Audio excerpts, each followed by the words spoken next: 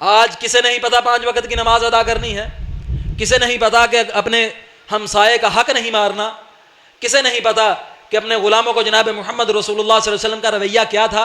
हज़रत अनस फरमाते हैं जनाब मोहम्मद रसूलुल्लाह सल्लल्लाहु अलैहि वसल्लम की मैंने 10 साल खिदमत की, आपने कभी मुझे उफ तक नहीं कहा। हम कहते हैं कि गाली के बगैर ये बात नहीं सुनते जिस गाली के बारे में जनाब मोहम्मद रसूलुल्लाह सल्लल्लाहु अलैहि वसल्लम ने फरमाया ला तसुब्बु शैतान, शैतान को भी गाली ना दो। हमारा तर्ज जिंदगी क्या है? तो गाली तो बगैर गाली नहीं सुनता, जिन्ना जिन्हें गाल ना कड्डी हो नजर गाली दिमाग नहीं सेट होता जी, की करिए। दावा करता है फिर मुनाफिकाना तर्ज अमल है या नहीं? इन मुनाफिकों के लिए रब्बे कायनात फरमाते हैं सवाउन अलैहिम अस्तगफरत लहुम अम लम तस्तगफिर लहुम लन यगफिर अल्लाहु लहुम।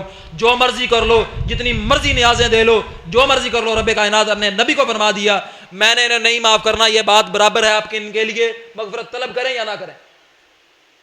मुनाफिकाना तर्ज अमल रब्बे कायनात को पसंद नहीं।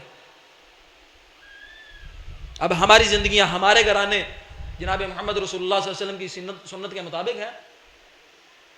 आपने फरमाया तुम में से बेहतरीन वो है जो अपने घर वालों के लिए बेहतरीन है, वाना खैरुकुम अली अहली, और मैं तुम में से सबसे बेहतरीन अपने घर वालों के लिए हूं। हम कहते हैं घर में जाएं सांस सूख जाए, बात ना करे आगे से, ये क्या तर्ज जिंदगी है? जनाब मोहम्मद रसूलुल्लाह सल्लल्लाहु अलैहि वसल्लम की उम्महात की बातें उठा के देख लीजिए कि आप सल्लल्लाहु अलैहि वसल्लम के घर का तर्ज अमल क्या था। क्या आज हम अपने कपड़े इस्त्री खुद करने के लिए तैयार हैं? खाना उठ के खुद जाकर लेने के लिए तैयार हैं? खाना दे दिया, पानी नहीं दे दिया, नहीं दिया, इस बात पे लड़ाई हो जाती है। जनाब मोहम्मद रसूलुल्लाह सल्लल्लाहु अलैहि वसल्लम की सुन्नत ये है, ये तर्ज जिंदगी है आपका, ये आप आइडियल और नमूना है हमारे लिए।